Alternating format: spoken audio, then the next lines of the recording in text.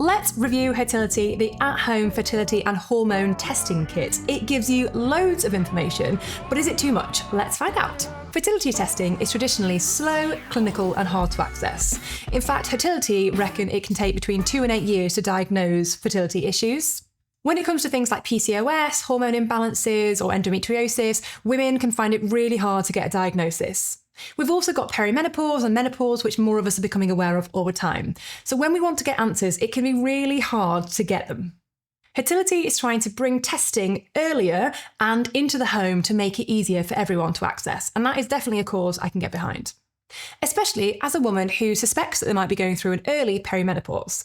I'm really keen to get some answers on where my hormone levels are at and to see if I can proactively manage them through diet and lifestyle before trying anything like HRT.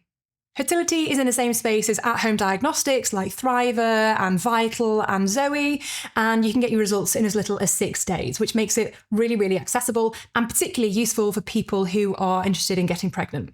Full disclosure, that's not me. I just want to know where my hormones are at. Now, I've tried Hertility twice. My first time was 2 years ago, and I've tried it quite recently to see what the change has been like within my hormone levels. And being able to compare from 2 points in time has been really interesting. First of all, I've seen some really interesting improvements in their UX, but more importantly, I've been able to track to see if what was predicted around my hormones has then come to fruition 2 years later. Hertility uses a combination of an online questionnaire and a follow-up at-home blood test that you take via a finger prick. After the results of the first test that I took, it recommended that I might have PCOS and recommended a follow-up ultrasound scan. I felt at the time that it was excessive. I really didn't believe that I had PCOS and I didn't follow it up. 2 years later, that recommendation wasn't made again. I wasn't recommended that I might have PCOS, and in fact, all my hormone levels are looking pretty stable and pretty good. Obviously, that kind of variation raises questions around consistency and interpretation. It's not that the data is wrong, but how it could be explained so that it's clearer is definitely worth thinking about. Let's talk about what the kit's actually like to use though.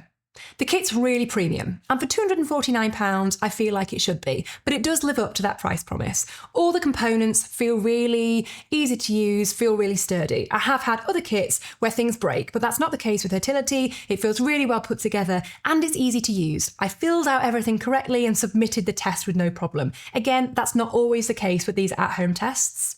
The test itself was easy to take and managed to get sufficient sample and sand it off without too much drama. My top tip would be to make sure that you're hanging your hand and your head as low as possible, drink loads of water and keep your hand nice and warm. It will take 15 odd minutes if you're like me and you've got low blood pressure, just stick with it and you can easily fill up that sample. Where there is a bit more friction is around the digital experience, or certainly that's what I found. I found it quite hard to know what was going to be included within the price that I had paid.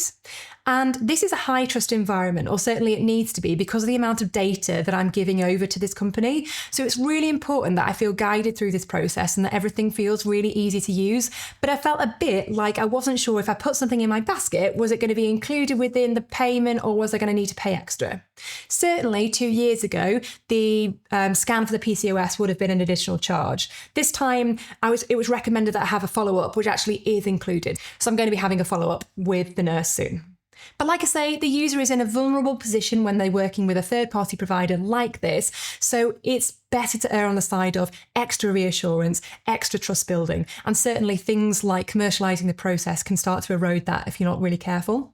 Now, in terms of what data Hertility collect, it's mostly blood-based markers and the online questionnaire that provides them with details of your history, your health history, etc. They take things like height and weight. My take is that it all feels reasonable and proportionate, but it wasn't very easy to find clear upfront information about how my data is stored and used. Some other diagnostic services lead with claims about how your data is used, and particularly with certain cases that have happened around the selling of women's health data, I do think it could be stressed more to improve the process to make us feel a bit warmer and fuzzier about how our data is being stored and used. Overall, nothing feels unusual from a data standpoint, but it just feels that the bar for trust should be higher given the sensitivity of the data that's being shared through the product. If you're wondering if Hertility is for you, if you're someone who is trying to conceive or who is thinking about maybe trying to conceive in the future, or if you're wondering about a specific hormonal imbalance, then Hertility could be a really good option for you.